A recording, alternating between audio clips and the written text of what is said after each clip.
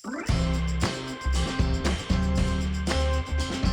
thing I do when I wake up in the morning, lahat naman tayo, we check our phones. Ako, it's mostly to check kung matutulog pa ako ulit, if I have enough time. But yeah, I wake up at 6 a.m. kasi.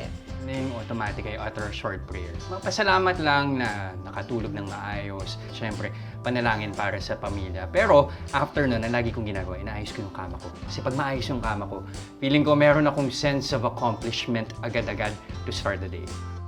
The bravest thing I've done in my life is also the saddest thing. I saved my mom's life at some point. Siguro yung pag-take ng anchoring duty. Kasi I would consider myself to be an accidental anchor. Sumalo lang naman ako eh. Naglakas loob lang ako.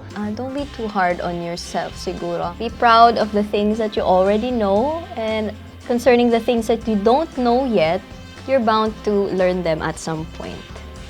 Purso lang ng pangarap. As long as wala kang tinatapakang tao, tuloy mo lang yan. Go lang.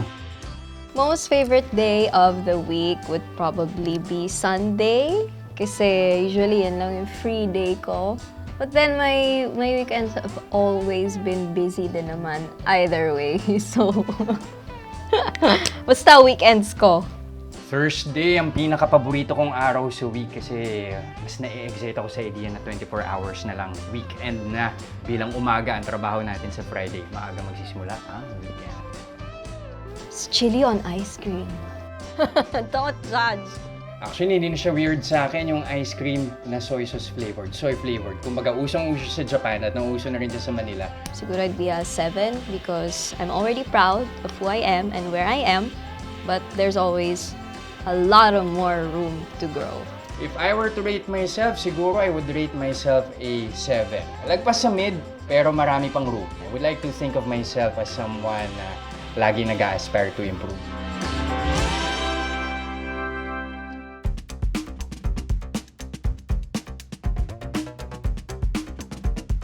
Sa Saturday and Sunday na I hosted ToyCon. So yun, I'm a big geek and an even bigger toy collector. Kapag nasa bahay lang natutulog, andun na talaga tayo sa edad na mas gusto natin nagpapahinga na lang. Siyempre, being here, finally being part of the Kapatid family, I'm so excited sa lahat ng mga matututunan ko, sa lahat pa ng mga makikilala ko and my experience ko here. I'm most excited about Frontline Pilipinas weekend. Sana mag-perform ng maayos at sana tangkilikin ng mga kapatid natin. Mata-Mata, New Zealand, kasi dun ang Hobbiton. I'm a huge Lord of the Rings fan. It would have to be Antarctica. Gusto ko lang makita kung paano sila namumuhay sa sobrang lamig doon. It would have to be my lolo. Lumaki ako na wala yung parehas kong lolo. So gusto ko lang makita kung paano nila pinalaki yung aking mga magulang. Ian McKellen, guy who played Gandalf the Grey and Gandalf the White. Sabi ko, mukhang strict, matapang, tahimik lang. Pero nung nagsalita na siya, hindi na siya tumigil. Chikadora din pala siya, so friends na agad kami.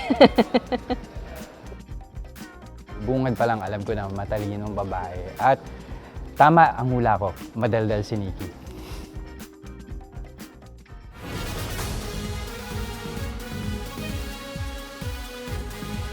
Mga kapatid, kami po ang mga bagong kasangganyo na maghahatid ng mga napapanahon at may ininit na balita tuwing weekend. Tutukan nyo kami tuwing Sabado sa Frontline Pilipinas Weekend. Simula October 14, 5:30 p.m. Dito lang sa TV5.